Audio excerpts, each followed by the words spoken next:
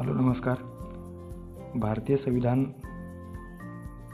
संविधानाच्या कलम 4मध्ये ज्या काही गोष्टी किंवा तरतूद दिलेल्या त्या आज आपण या व्हिडिओच्या माध्यमातून बघणार आहोत. याच्यामध्ये कलम 4 किंवा अनुच्छेद 4 काय सांगतो तर laws made under article 2 and 3 to provide for the amendment of the first and the fourth schedule and the supplement and incidental and consequential matters.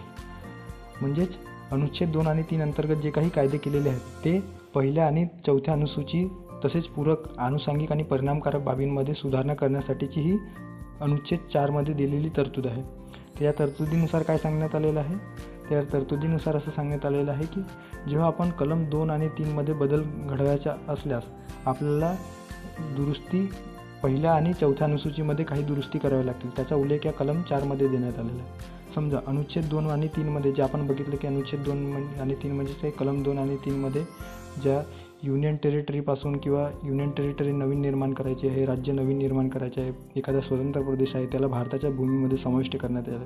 तर हे ज्या काही तरतुदी आहेत त्याच्यामध्ये बदल घडवायचे असेल तर आपल्याला 2 अनुसूच्यांमध्ये बदल घडवून आणावे लागेल. आणाव्यास आधी आपल्याला त्याच्यामध्ये बदल घडवल्याच्यानंतर किंवा सुधारणा करून या अनुच्छेदांमध्ये किंवा या कलमांमध्ये आपण सुधारणा घडवू शकतो.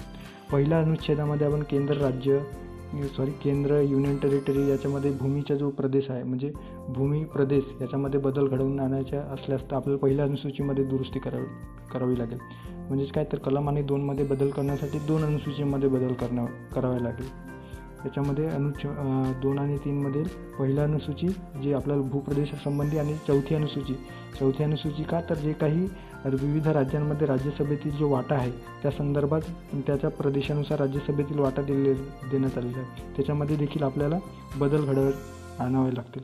आणि हे असे उपरोक्त बदल हे कोणताही दुरुस्ती म्हणजे ज्या काही 2 आणि 3मध्ये जेव्हा किंवा पहिल्या आणि चौथ्या अनुसूचीमध्ये जेव्हा आपण दुरुस्ती करणार आहोत तर हे कोणताही दुरुस्ती अशा प्रकारची कोणताही दुरुस्ती कलम 368च्या कलम या उद्देशाने संविधानाची दुरुस्ती आहे असे मानले जाणार नाही. म्हणजे काय तर ही संविधान दुरुस्ती मानली जाणार नाही. ओके, ही संविधान दुरुस्ती मानली जाणार नाही. एक साधारण दुरुस्ती किंवा साधारण बहुमताने ही दुरुस्ती केली जाईल. ठीक आहे.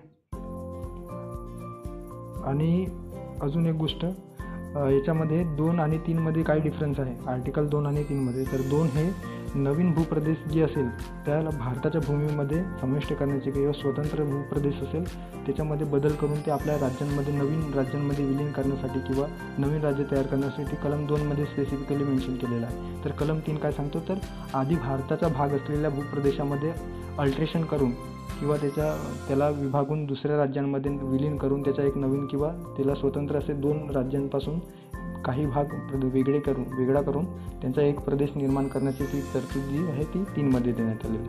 तर अशा प्रकारे आज जे कलम 4 आहे त्याच्याविषयी आपण जाणून घेतलं. थँक्यू.